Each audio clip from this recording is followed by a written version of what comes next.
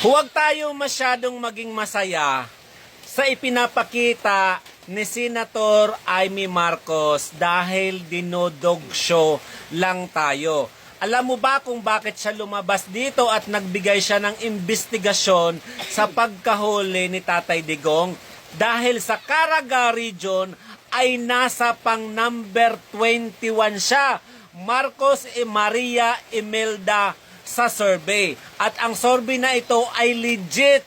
Hindi po ito pang-dudog show. Hindi po ito bayaran na klase ng survey.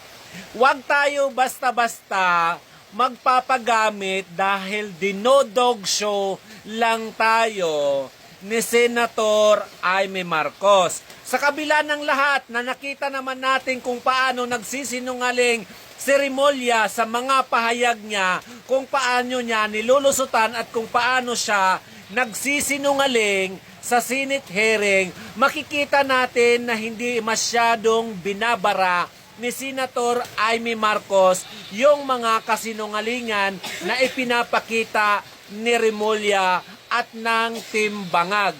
Dahil ang totoo, kumukuha lang ito si Manggang Bulok ng atensyon para sa kanyang kandidatura kung saan palaglag siya ng palaglag.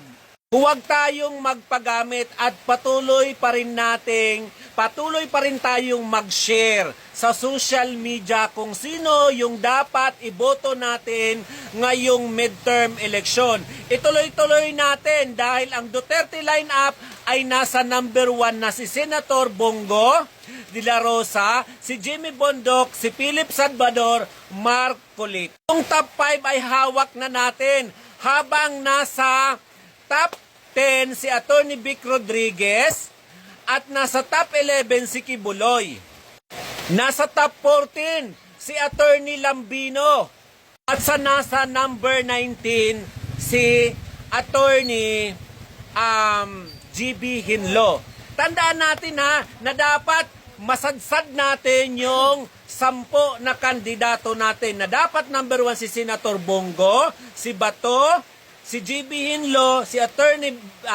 Lambino, si Jimmy Bondoc, si Atty. Marcoleta, si Kibuloy, si Philip Salvador, si Doc Mata. Lahat yan na 10 na kandidato natin ay dapat hindi tayo lumabas sa Magic 15. Kaya huwag tayong magpalinlang mga kababayan ko. Dahil kung makikita naman talaga, dinodog show tayo ni Senator Mangga gamit na si Amy Marcos. Tignan mo naman, kung hindi siya napunta sa ranking 21, sa tingin mo mag-iingay yan? Hindi.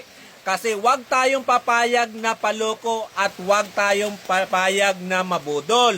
Kaya tayong mga Duterte supporters, patuloy tayong mag-share.